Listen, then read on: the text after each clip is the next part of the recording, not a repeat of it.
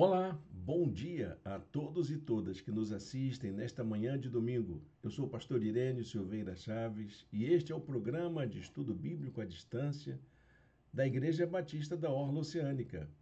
Eu convido você a estudar com a gente, conhecer a Bíblia e aprofundar os seus conhecimentos a respeito da Palavra de Deus, um dos estudos mais importantes para que a gente possa aprender a viver melhor no mundo. A nossa igreja realiza esse programa já há alguns anos e eu tenho me dedicado a produzir esses conteúdos para abençoar pessoas no reino de Deus. Eu tenho ouvido falar de muitos pastores, de muitos professores de escola bíblica dominical e até mesmo irmãos e irmãs de várias localidades, amigos e amigas que acompanham alguns desses estudos e já assistiram e foram muito abençoados. E eu espero que você também seja abençoado por mais esse estudo da palavra de Deus. Nós estamos estudando o livro do profeta Daniel. Já estamos na 11ª aula. Se você perdeu as aulas anteriores, eu convido você a dar uma olhadinha no nosso canal do YouTube, na playlist dos estudos do profeta Daniel. Você vai encontrar todas as aulas ali. Se você tiver dificuldade de acessar, no nosso blog, cujo endereço está aqui embaixo nas descrições do vídeo, você encontra algumas informações ali na página de estudos. Você tem todas as apostilas e todas as videoaulas que nós já produzimos. É um link, você clica nele e logo tem acesso a esse material. Será muito importante você fazer isso. Olha, gente, o estudo bíblico à distância nada mais é do que o programa da Escola Bíblica Dominical na internet. Então, se você é um aluno, uma aluna assídua da Escola Bíblica Dominical, você vai gostar de acompanhar os estudos que nós preparamos. Tem vários estudos, estudos temáticos e estudos em livros da Bíblia. Você vai gostar do que vai encontrar ali. Bom, sem mais demora, nós vamos colocar aqui a nossa aula de hoje, que nós preparamos nos nossos estudos. Você também pode baixar a apostila, ela está no nosso blog. Eu já coloquei o link aí à disposição para vocês. E também você pode se inscrever no canal, você pode curtir essa aula e você pode compartilhar com os seus amigos para poder nos ajudar a alcançar mais pessoas com a palavra de Deus, com o estudo da palavra de Deus, com a mensagem bíblica. Ok, vamos fazer isso então? Se você está chegando hoje, se você já nos acompanha, inscreva-se no canal se ainda não se inscreveu. Curta essa aula e compartilhe com os seus amigos e amigas, com sua família, com os irmãos na fé, enfim, para que todos possam também aproveitar esse conteúdo para abençoar suas vidas. Muito bem, gente.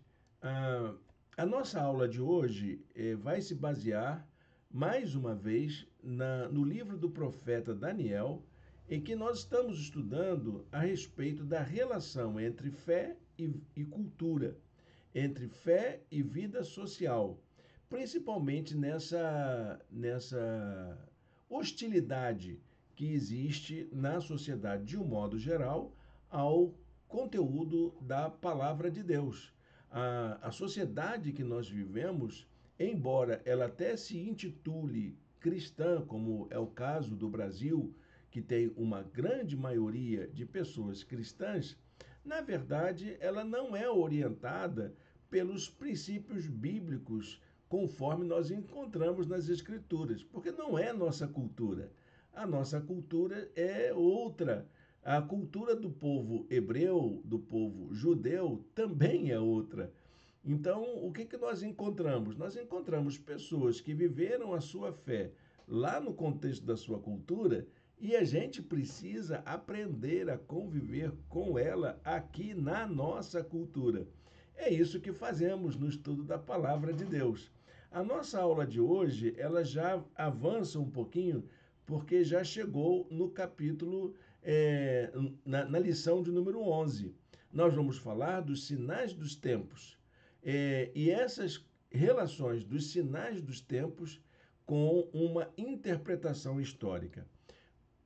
São dois temas muito interessantes, porque na Escritura, quando a gente vai ler sobre sinais dos tempos, nós estamos falando de Apocalipse.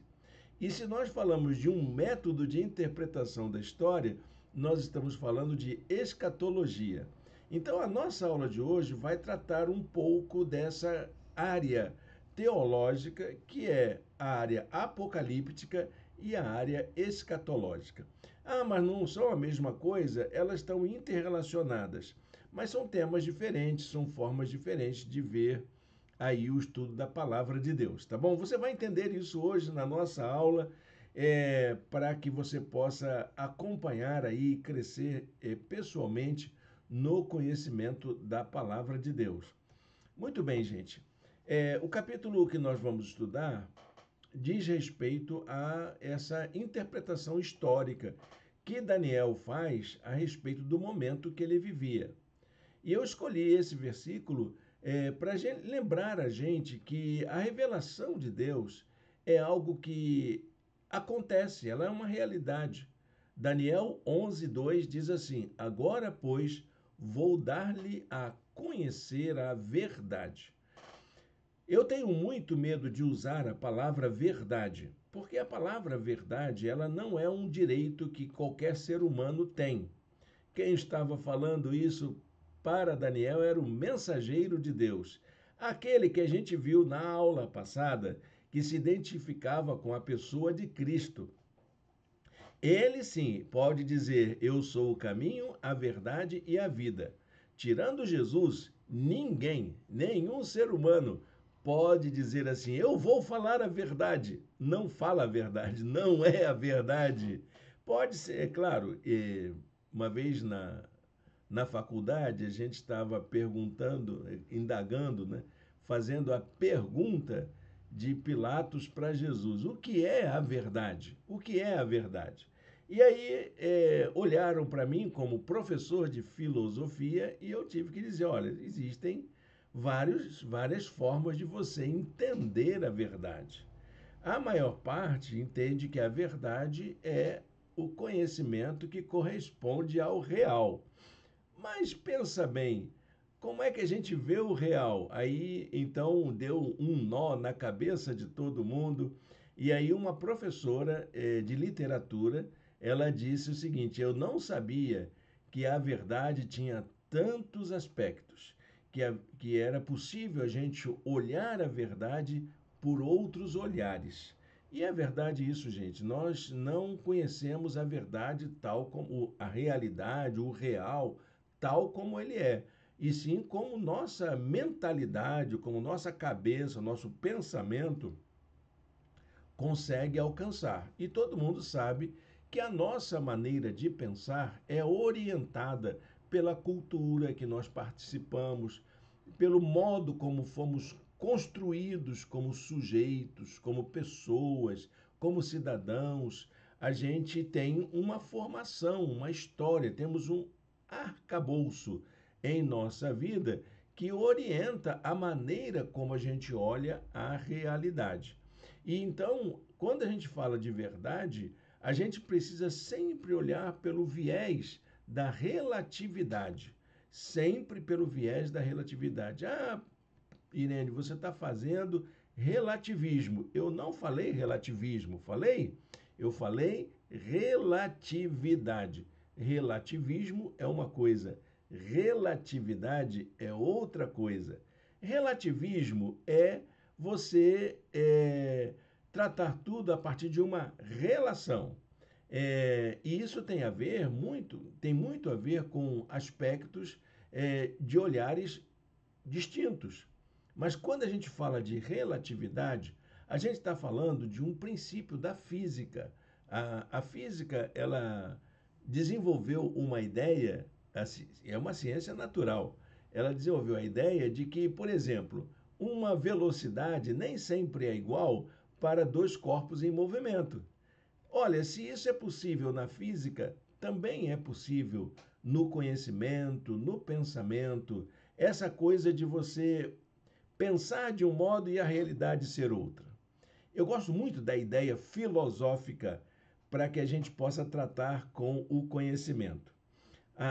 O conhecimento da realidade, olha, guarda para você isso, se você achar importante. O conhecimento da realidade implica o fato de que por trás de uma realidade existe sempre uma outra. E eu preciso correr atrás. Isso é que é o conhecimento da relatividade. Tá bom, gente? Não é relativismo. Não é relativismo. Ah, isso é para mim, isso é para você. Não, não estou falando disso. Eu estou dizendo que por trás de uma realidade existem sempre uma outra realidade. E nós precisamos sempre estar em busca dela. É isso que é buscar a verdade. O Senhor tem a verdade. O Senhor é o dono da verdade. Deus conhece todas as coisas. Agora, nós, como seres humanos, temos que fazer isso que o Senhor está dizendo para Daniel. Vai buscar a verdade. Vai atrás dela. Vai conhecer a verdade. Mas é você que vai conhecer. O que você vai fazer com isso? Bom, é com você. Daniel escreveu um livro. E você, o que faz com isso?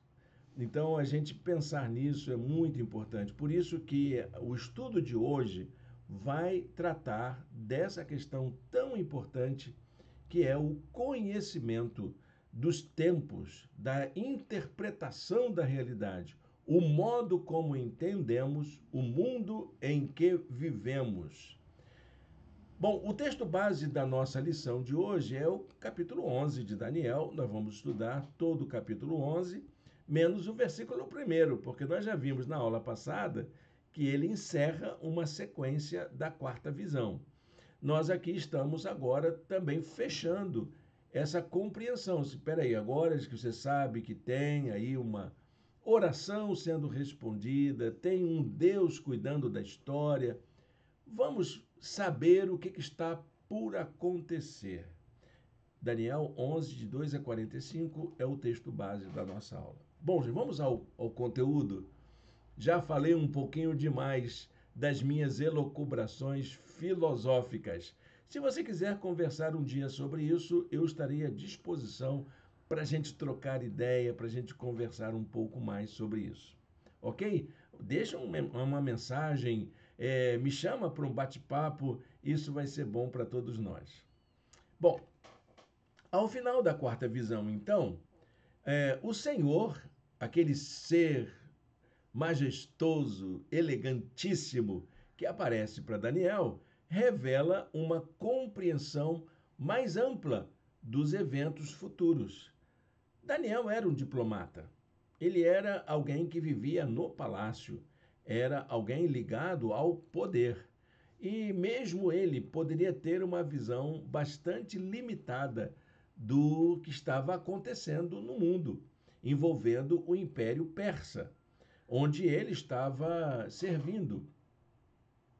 E ele era de uma cultura subordinada de um povo, né, não uma cultura subordinada, mas um povo subordinado ao poder do Império Persa. E ele precisava, então, compreender que tudo isso que estava acontecendo, todas as circunstâncias sociais, políticas, econômicas, morais que estavam acontecendo naquele contexto, naquele momento, fazia parte de um processo histórico mais amplo. E era isso que ele precisava conhecer. Quando o Senhor diz que vai dar a ele o conhecimento da verdade, ele está dizendo que Deus tem o controle de todas as coisas. Deus conhece a história. Deus sabe para onde estamos indo. E o mais interessante, nesse processo de cuidado da história, de controlar a história, Deus não está sozinho. Ele não faz isso como um demiurgo, como alguém que está ali em cima, ó, fazendo funcionar uma marionete aqui embaixo. Não, não é isso que ele está fazendo. Ele está articulando todas as forças, todas as formas de poder para que a sua vontade aconteça. A maneira de Deus conduzir a história articula todas as relações de poder, inclusive impérios, governantes, pensadores, atores da história, grupos humanos, sociedade de um modo geral, até a pessoa mais humilde. Deus usa essas pessoas para que os seus propósitos eternos sejam consumados, para que a humanidade seja encaminhada até a realização dos propósitos divinos. Nada escapa ao controle de Deus. Daniel 10:20 diz assim: Então ele me disse: Você sabe por que vim? Vou ter que voltar para lutar contra o príncipe da Pérsia. E logo que eu for, chegará o príncipe da Grécia. Então, isso está acontecendo. O Senhor está trabalhando, ele está trabalhando no coração do príncipe da Pérsia e está trabalhando no coração dos príncipes da Grécia. Como que ele está fazendo isso? Olha, gente, não me pergunte coisa difícil, né? Como dizia o meu professor de teologia sistemática lá no seminário, ele diz assim: quando você chegar no céu, você pergunta isso para Deus, porque eu não tenho essa resposta. Olha, gente, é assim mesmo. Nós não tem coisas que não são explicáveis. Por isso que a gente fala muito do mistério divino, porque o modo como Deus conduz a história é um mistério divino. O modo como o Senhor nos salva, ele nos alcança, é um mistério divino. E ele está trabalhando. Nesse momento, nesse exato momento, a nossa fé, a nossa crença é de que Deus está trabalhando de alguma forma pela vida do seu povo, dos seus escolhidos, da humanidade de um modo geral, do planeta de um modo geral. Bom, além disso, os fatos concernentes aos propósitos divinos para a humanidade seguem um plano, ou seja, Deus tem uma maneira de organizar as coisas. Nada está acontecendo aleatoriamente. Como diz uma teoria da criação, né? Tem uma teoria do surgimento do universo, que parece que houve uma explosão e tudo caiu certinho no lugar arrumado para que desse essa organização toda da natureza. Não foi assim. Deus não joga dados, disse um grande cientista do século XX. Não é uma brincadeira de palitinhos que você faz aquele, né? Aquele movimento e deixa cair do jeito que der, deu. Não. O mundo, a natureza, o universo tem uma ordem. Há uma ordem. Ele não é o caos. Ele tem um cosmos. Já diziam os gregos sobre isso, né? Os gregos usavam essas duas palavras, caos e cosmos. O universo não é caótico, não é uma tragédia. Ele é exatamente organizado de uma certa maneira, em que há uma beleza, há uma forma racional que dá para a gente compreender. Tem que estudar bastante, mas dá para a gente compreender. E esse plano, ele é revelado para aqueles a quem Deus ama. Os servos do Senhor, os que temem a Deus, aqueles que têm uma grande importância, são usados por Deus para conhecer esse plano eterno que o Senhor tem traçado para a vida de toda a humanidade. Então é importante a gente entender isso, que o que está acontecendo não é estranho para Deus. Daniel 10:21 diz que Deus tem um livro, é como se tivesse um livro onde tudo está escrito, e é esse livro onde está a tal da verdade, a verdade absoluta. Está na mão de Deus, não está na mão de nenhum ser humano. De vez em quando Deus revela um pouquinho, um vislumbre, uma ideia de que ele está trabalhando. É o caso de Daniel. Daniel tem um vislumbre, uma revelação desse plano divino, desse livro da verdade que existe, que Deus tem trabalhado. Claro, a ideia do livro da verdade é uma metáfora, né? Não é que Deus tenha um livro arrumadinho onde ele coloca tudo. Para nós é assim que funciona. Deus tem um plano, esse plano está traçado como se ele estivesse escrito dentro de um projeto. Há um projeto divino para a humanidade. E esse projeto está previsto nessa ideia de verdade divina, que só Deus conhece, só o Senhor conhece, nenhum ser humano. De vez em quando, ele permite um vislumbre, uma revelação desse gesto divino, desse plano divino para toda a humanidade. E para isso, Deus vai usar os seus meios, todas essas articulações, todos e todas como seus instrumentos para que o seu propósito se consume na história. Há, inclusive, a menção de um anjo, Miguel, que é um cooperador de Deus nessa área. Não só atores naturais, humanos, mas também os sobrenaturais, os anjos, que nós não conhecemos. Você conhece algum anjo? Já viu algum anjo? Bom, Daniel foi informado de que Miguel era um cooperador de Deus. Como que ele era? Ninguém sabe, ninguém viu. Se tem alguém dizendo que tem anjo voando por aqui, é alguém que está tendo ilusões. Porque, na verdade, ninguém viu nada dessas formas sobrenaturais. Nós não temos acesso livre a esse tipo de manifestação, porque é a maneira sobrenatural, é a maneira do mistério divino se realizar. E o Senhor nos permite conhecer apenas vislumbres.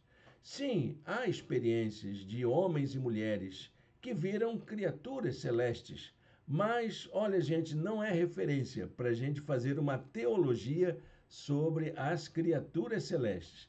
É fato que elas existem, é fato de que Deus as usa, como usa a cada um de nós. A cada um de nós, que somos seus mensageiros, seus instrumentos para fazer valer a sua vontade para o mundo em que vivemos.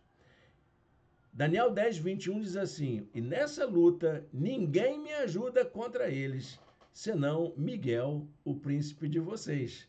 Quem é Miguel? É alguém que está cuidando do povo de Deus. É uma entidade, seria isso? Um ser especial, alguma força.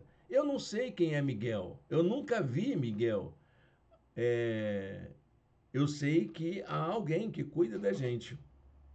Ou, como diz o salmista, o anjo do Senhor acampa-se ao redor dos que o temem e os livra. Tem alguém cuidando de mim? Eu não sei quem é. Eu espero que seja o próprio Deus, na mão de Deus. Mas se Deus designou um anjo ou não, uma pessoa ou não, olha, isso não é problema para mim. Isso é problema para Deus, porque Ele prometeu que ia cuidar da gente. E se isso é feito de alguma forma, não é motivo para eu sofrer, mas é motivo para eu louvar ao Senhor pela maneira como Ele me livra, maneira como Ele me consola, a maneira como Ele me fortalece, como Ele me anima para fazer a sua vontade. E era isso que Daniel estava experimentando. Ele, já idoso, bem idoso, ele recebe essa informação de que tem um anjo que ajuda o Senhor no seu trabalho, na sua luta. Então, o capítulo 11 apresenta uma maneira de entender isso. Há uma proposta de uma interpretação histórica da realidade, que vai dar margem para o surgimento de um tipo de literatura que os judeus daquela época conheciam muito bem, que é a chamada literatura apocalíptica, ou aquilo que a teologia chama de apocalíptica judaica. Não sei se você já ouviu falar sobre a apocalíptica judaica, porque sempre que a gente fala de Apocalipse, a gente lembra do Apocalipse de João. Mas o Apocalipse de João não está ali à toa. Ele é um documento que surgiu por causa de uma razão ou de um envolvimento com a história. Até o nome Apocalipse era um nome muito comum para as comunidades judaicas. O que é a apocalíptica judaica? Bom, eu vou fazer uma definição aqui para você guardar para você. A apocalíptica judaica, ela antecede a apocalíptica cristã, que é a que nós conhecemos a partir de algumas passagens do Novo Testamento e do Apocalipse de João. O Apocalipse de João não é a única literatura apocalíptica do Novo Testamento, tá ok? Pode ser que você se espante com essa informação, mas ela é importante para nós nesse momento. Guarde essa informação para você. Qual é a diferença entre a apocalíptica judaica e a cristã? Vamos fazer algumas diferenciações? A literatura apocalíptica judaica surgiu mais ou menos no século II a.C. e ela apontava para a vinda do Messias, que se realizou na vinda de Jesus, no nascimento de Jesus, na sua história, no modo como ele viveu, no modo como ele morreu, ressuscitou e foi glorificado. Então, a apocalíptica judaica aponta para o Messias Jesus Cristo, esse que veio para nos salvar.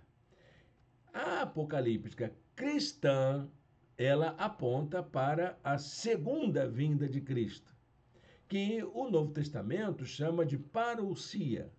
Parousia quer dizer retorno, presença. Alguns dizem a volta de Jesus, mas como assim? Ele vai voltar, mas ele disse que vai estar conosco todos os dias. Como que ele vai voltar? Como que vai voltar alguém que diz que já está entre nós? Mas ele vai aparecer. Ah, ele vai vir nas nuvens. Bom, é claro que metaforicamente é assim que a Bíblia diz, que o Senhor descerá, que haverá um encontro do povo de Deus nas nuvens. Mas esse é um evento que nós não podemos aferir a não ser à luz daquilo que a Bíblia diz. E se eu interpretar a Bíblia literalmente, vai acontecer o quê? Eu vou ter uma compreensão equivocada daquilo que o Senhor está preparando. É claro que essa ideia, ela diz respeito a sinais, a eventos que nós hoje não sabemos como definir, mas que o Senhor o fará.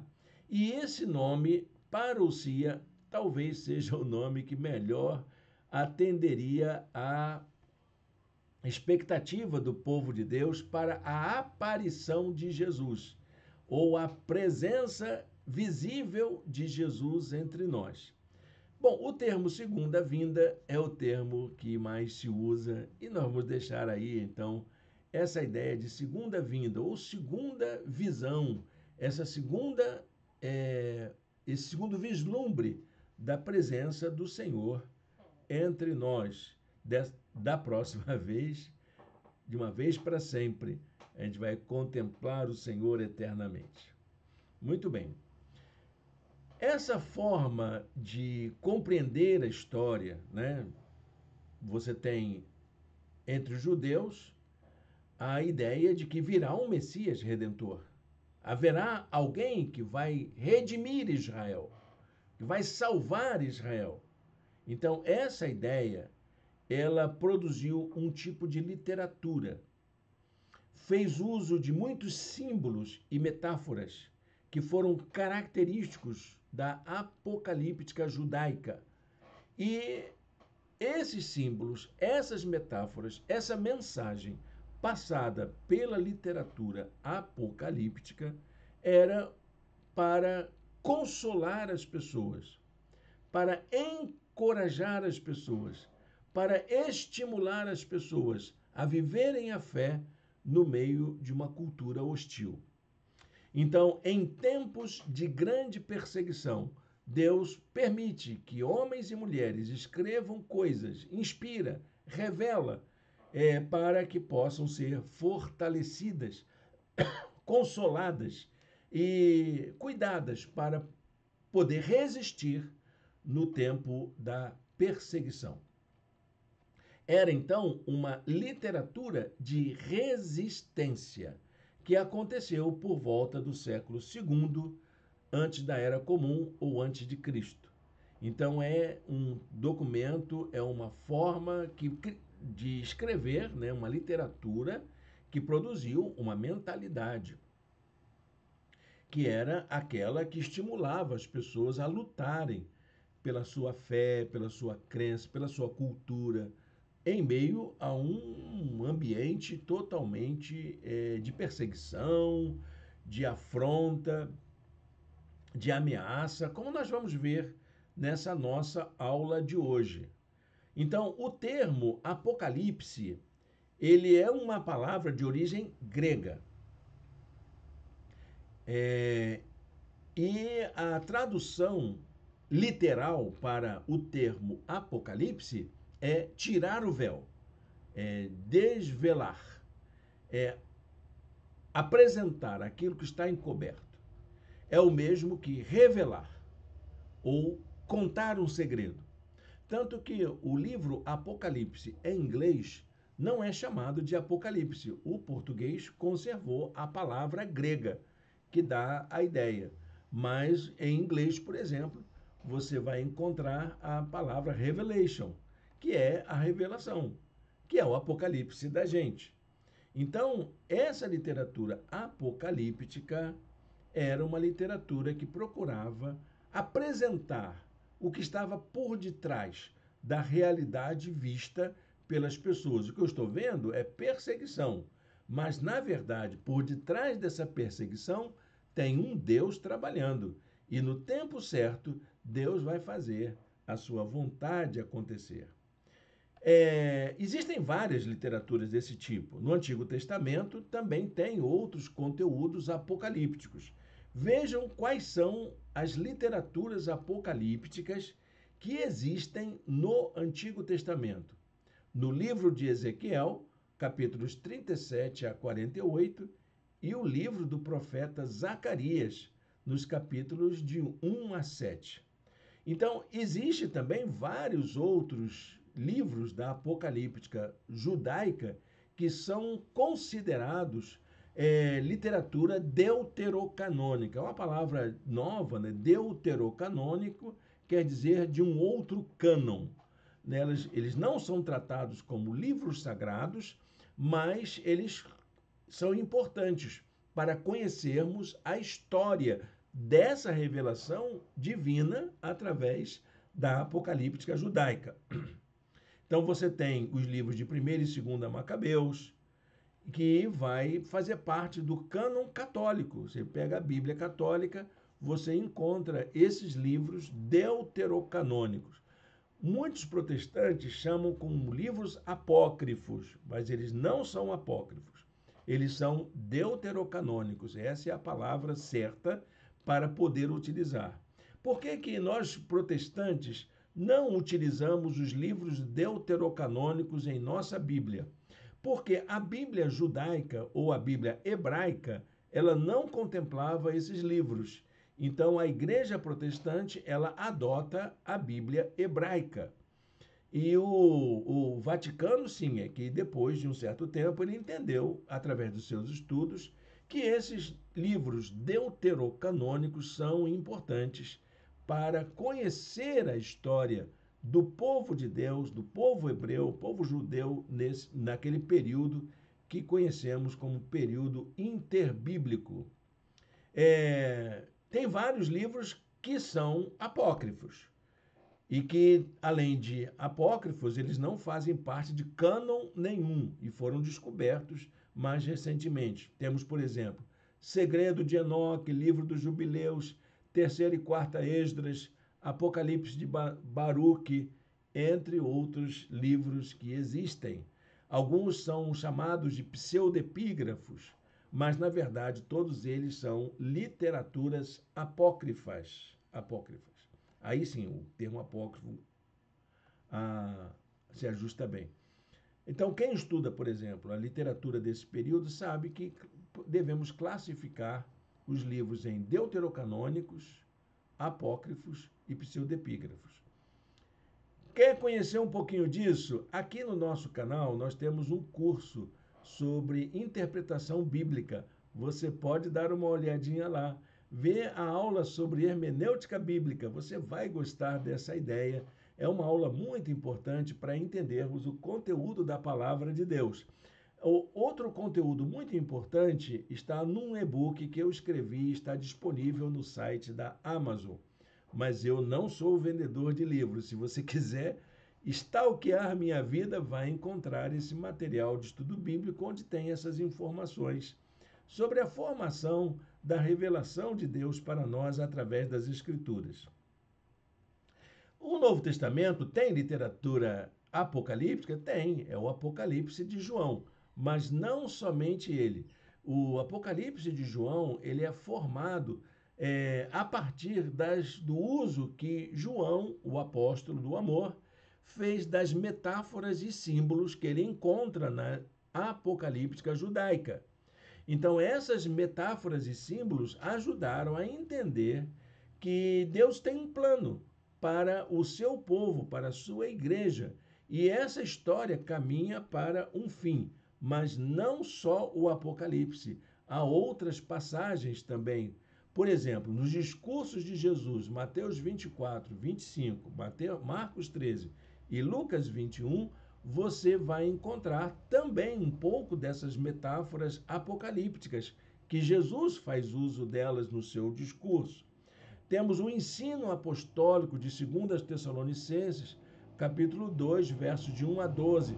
Também o apóstolo Paulo faz uso desses símbolos e metáforas. Então, é isso que nós encontramos. Então, a apocalíptica é um tipo de literatura presente na Escritura e que nós precisamos conhecer um pouquinho mais sobre ela para a gente poder entender como que Deus mostra o seu poder. E isso aconteceu nessa parte do livro de Daniel, em que Deus está mostrando que ele conduz a história, que é um modo de entender esse jeito de Deus conduzir a história. Nós vimos isso nos capítulos 9 e 10, e vamos encontrar agora também no capítulo 11. Esse relato ele é muito importante. Nas interpretações dos sonhos, enfim, há um mover de Deus que está por detrás disso tudo. Nada do que está aqui no capítulo 11 é desconhecido para Daniel, mas nesse momento tudo vai aparecer de forma muito clara, vai ser revelado, descortinado, como um apocalipse. Não é para falar das coisas do fim, mas para revelar o plano de Deus. O que é Apocalipse? É revelar o plano de Deus na história. É claro que a história caminha para um fim, mas a gente entender o fim da história é outra coisa, é outro assunto, outra matéria. Quando nós falamos de Apocalipse, não estamos falando do fim da história, mas estamos falando do plano de Deus para conduzir a história. Então, esses relatos precisam ser, os relatos do capítulo 11, precisam ser acompanhados por outros documentos que vão comprovar essa revelação. Então, se Daniel está revelando eventos futuros, na verdade, esses eventos aconteceram, se realizaram e eles estão registrados em algum livro de história. Quais são esses livros? Bom, você vai encontrar na Bíblia Católica o livro de 1 Macabeus, que é um deuterocanônico, lembra, né? E vamos encontrar também um grande historiador grego chamado Políbio, que escreveu a história da conquista do Império Grego na direção do Ocidente, principalmente a parte dos Seleucidas, que nós vamos conhecer daqui a pouco como que isso funcionou.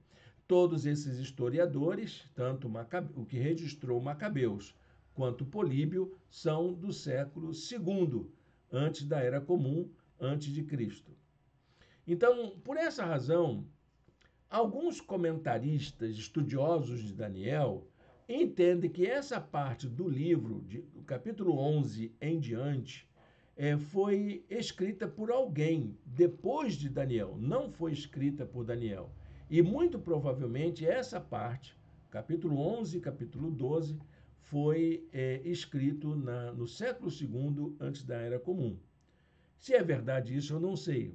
Eu vou entender a revelação de Deus como algo oferecido a Daniel para o consolo dele naquele momento em que ele estava vivendo.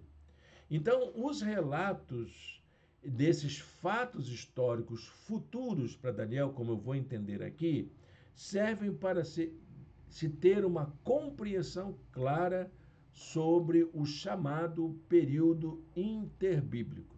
O que aconteceu desde o fim do cativeiro babilônico até o nascimento de Jesus?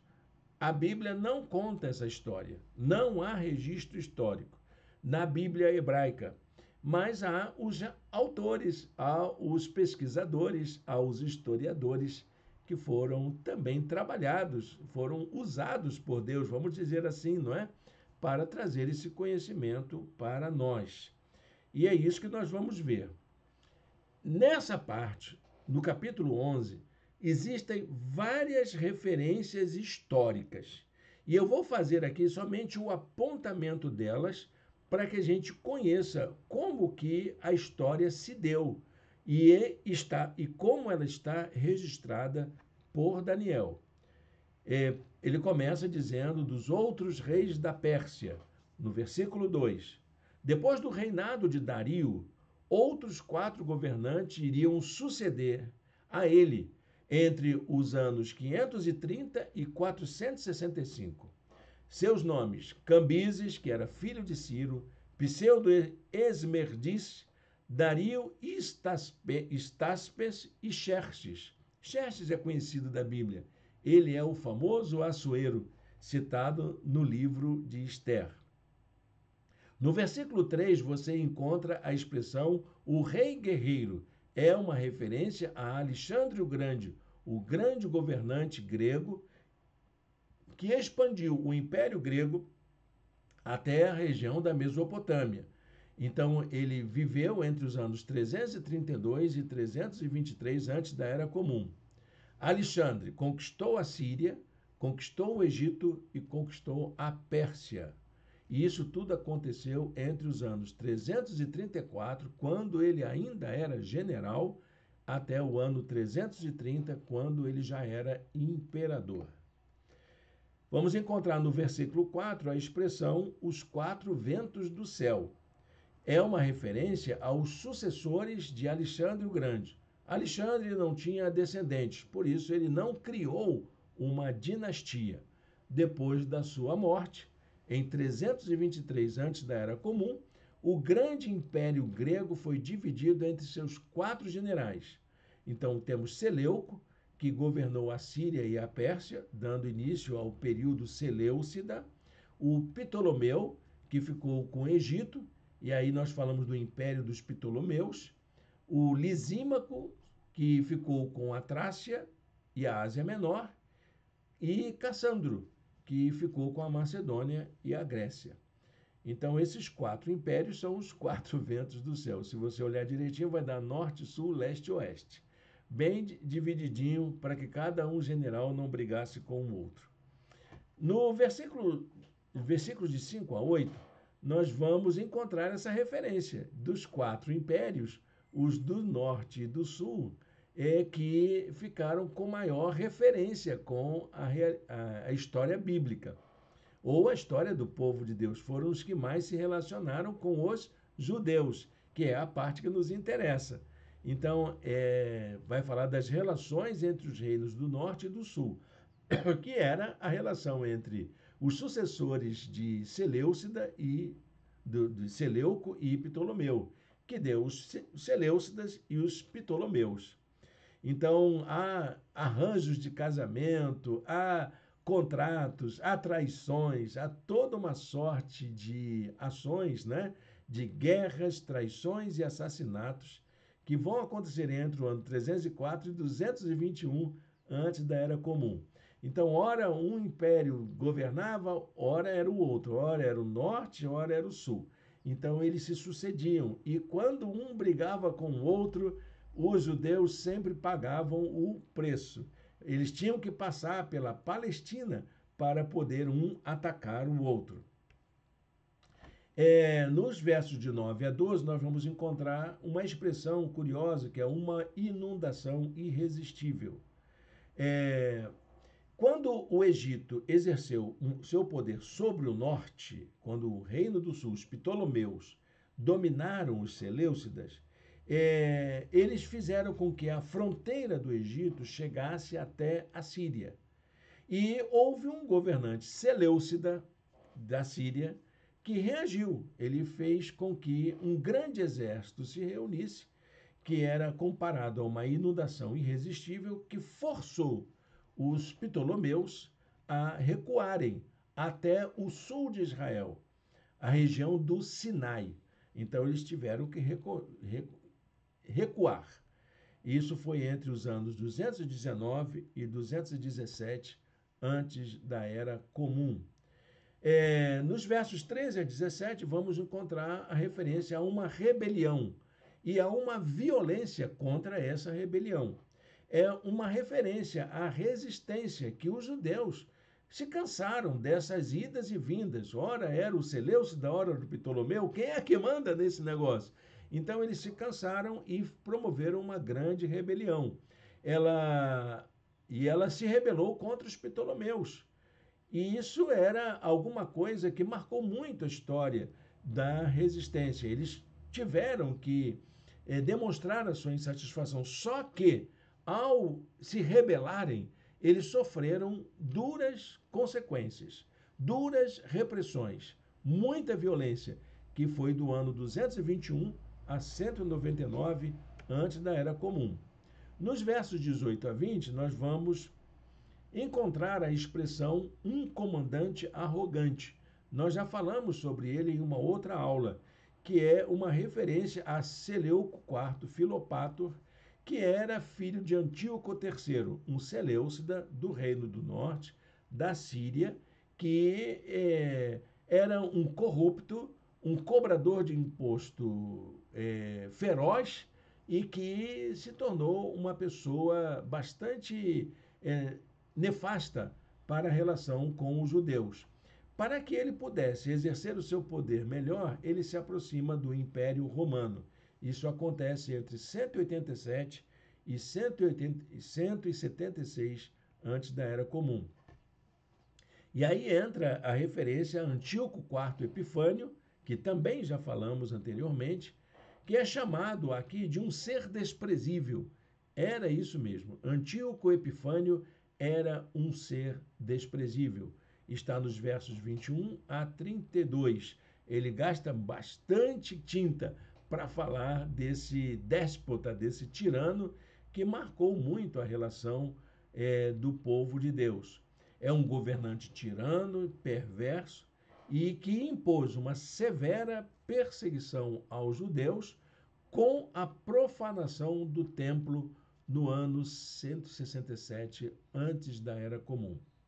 Ele, na verdade, ele edificou no lugar do altar dos sacrifícios, ele edificou um altar para Zeus e obrigava a que os judeus sacrificassem porcos uma vez por mês em honra a Zeus. Isso não era suportado pelo povo judeu. O povo judeu, inclusive, foi na época em que desenvolveram a fidelidade, porque Antíoco Epifânio, ele comprava a fidelidade de alguns judeus, ele seduzia ou pela tortura ou pela propina para que os judeus abandonassem sua fé e seguissem a Antíoco Epifânio, adorando a sua pessoa. O que vai acontecer com isso? Vai acontecer o que está registrado nos versos 33 a 35. Uma grande revolta, uma grande revolução, que é quando acontece a autonomia do povo judeu naquela época. Isso aconteceu através dos filhos do sacerdote Matatias. Matatias era um sacerdote idoso que um dia um comandante do Antíoco Epifânio obrigou a ele a fazer o tal do sacrifício do porco e a profanar o templo de Deus. E ele disse que não vou fazer isso. Então houve uma revolta, ele matou o comandante grego e teve que fugir. Ele tinha 5 filhos. Um dos seus filhos chamava-se Judas Macabeus. Macabeu quer dizer martelo, era um apelido de um dos filhos. E acabou que todos os 5 filhos de Matatias ficaram conhecidos como os Macabeus. E esses 5 filhos se sucederam no governo de Israel, que se tornou autônomo, independente durante um período de tempo, independente do Império Seleucida. Então, a Revolução resultou em um período de independência dos judeus, depois deles serem dominados por quase 400 anos pelos mesopotâmios, babilônicos e persas.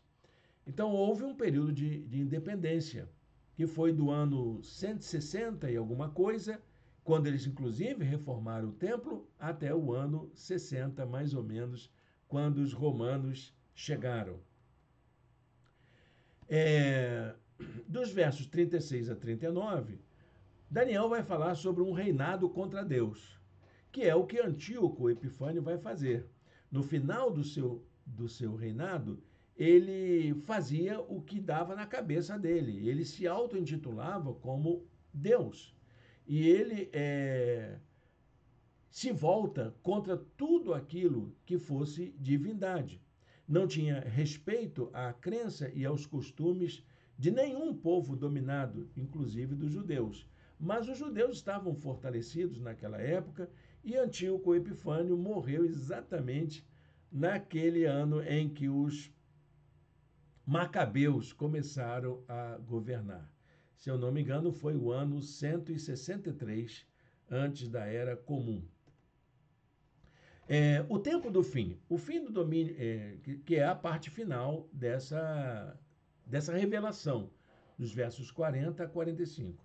O fim do domínio de Antíoco Epifânio será marcado tanto pela sua morte, por enfermidade, parece que ele morreu, nem sabe qual era a enfermidade certa, se era um câncer, se era uma loucura, alguma coisa que fez com que ele viesse a falecer. E também ele foi derrotado pelos governantes egípcios que foram via mar até a Síria para poder atacar o império dele. Isso, então, desmoronou toda a dominação síria sobre aquela região. Os egípcios tinham o apoio dos romanos. Então, nessa passagem, não há uma referência a fatos históricos específicos. O opressor finalmente se encontrará sem aliados. Ninguém o socorreu. É assim que termina a revelação. É muito curiosa essa afirmação, né? O que se seguiu após esse fim, esse abandono de Antíoco Epifânio?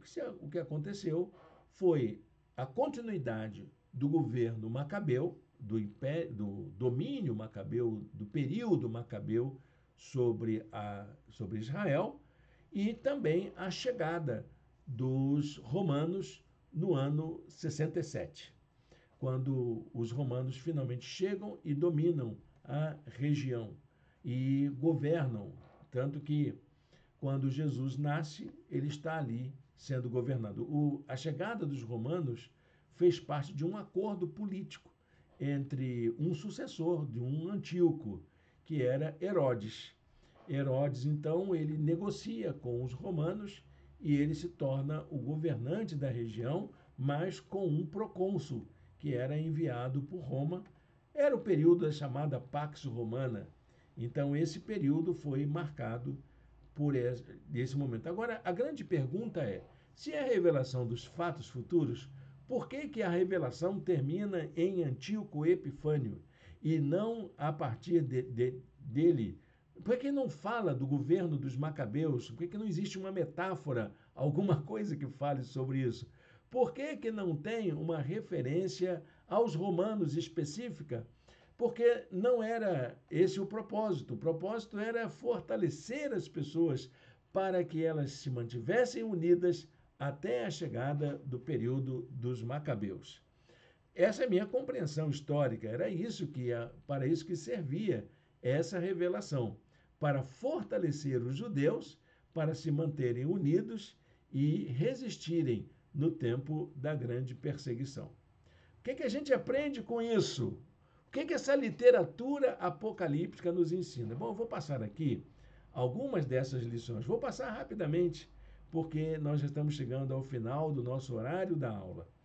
Primeiro é renovar a esperança. Era para isso que o texto estava escrito. Há uma referência ao período do fim. E o período do fim, sim, que é a escatologia. Então, a literatura apocalíptica aponta para um fim escatológico. E esse fim não é uma tragédia. Pode ser que antes aconteça uma tragédia, mas o fim é a realização das promessas divinas. A esperança escatológica aponta para novos céus e nova terra, uma realidade onde reina a paz, a justiça e a comunhão entre todos e todas. Diz o texto: agora, pois, vou dar-lhe a conhecer a verdade. Sabe qual é a verdade? Tudo que está acontecendo vai resultar na realização dos propósitos divinos. Segundo lugar, esse relato, essa literatura chama o povo a uma intimidade com Deus. O povo precisava ter mais intimidade com Deus. As adversidades, as perseguições, até as tentações são grandes desafios a serem enfrentados, mas elas não servem como obstáculos para nós sentirmos o cuidado de Deus por nós. Alguns do povo de Deus se venderam ao inimigo para escaparem da perseguição, das provas, das tentações.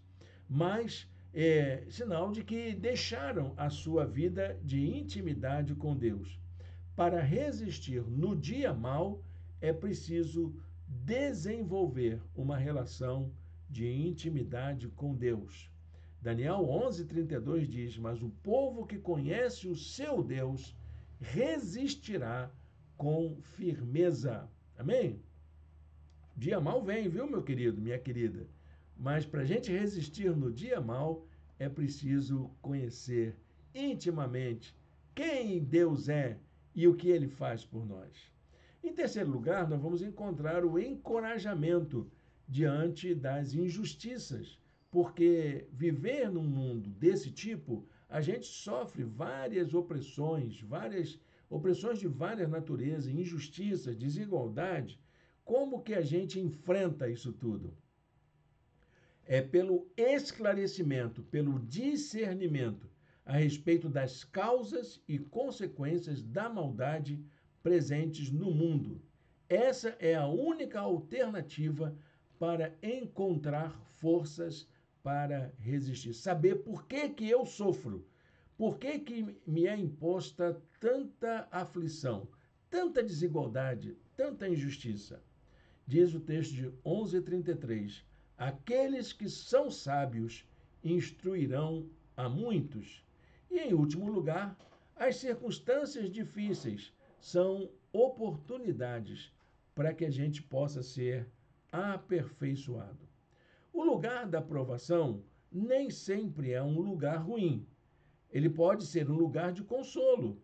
Embora ninguém deseje enfrentar o dia mau, passar pelas tribulações pode nos ajudar a fortalecer o nosso caráter, dependendo da maneira como nós resistimos.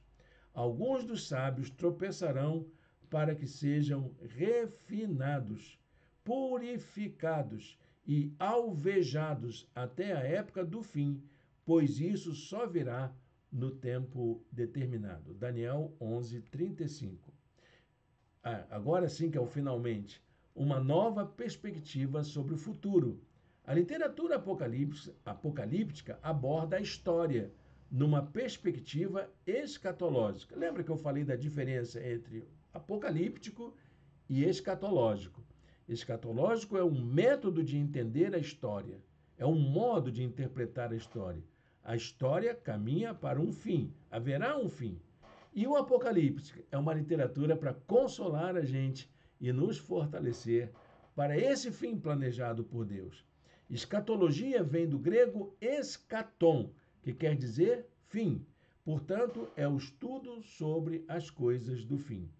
Ou seja, meu querido, minha querida, a história está caminhando para um fim. Deus está conduzindo a história para a consumação do seu propósito. Daniel 11:36. Ele terá sucesso até que o tempo da ira se complete, pois o que foi decidido irá acontecer. Vamos aplicar essa lição na nossa vida. A promessa escatológica é o anúncio de que Deus fará justiça a quem Ele ama. É para onde Deus está caminhando a história humana. Nossa luta durante o curso de toda a nossa vida não passa despercebida de Deus. No tempo oportuno, Ele fará com que seus propósitos para a humanidade e para cada um de nós, em particular, se realizem. Guarde com você esse versículo de Jesus, Lucas 18, versículo 8. Eu lhes digo, ele lhes fará justiça e depressa. Contudo, quando o Filho do Homem vier, encontrará fé na terra? Pergunta importante para nós, não é? Feche seus olhos, fale com Deus, vamos orar ao Senhor. Senhor Deus e Pai, muito obrigado, Senhor, por esta aula de hoje. Fala ao nosso coração através das repercussões de tudo aquilo que ouvimos aqui. Ó Deus bendito, consola, ó Deus, aqueles que sofrem, aqueles que passam por injustiça. Encoraja-os, ó Deus, a que possam entender os teus propósitos para as suas vidas. Nós oramos em nome de Jesus. Amém e amém. Bem, irmãos e irmãs, quero agradecer sua presença aqui entre nós e continuar convidando você a seguir a gente. Nós estamos nos reunindo num espaço. Se você quiser estar conosco presencialmente, todos os domingos às 18h30, nós nos reunimos aqui no bairro de Icaraí. Venha nos visitar, coloque aí um comentário e eu vou ajudar você a se encontrar com a gente.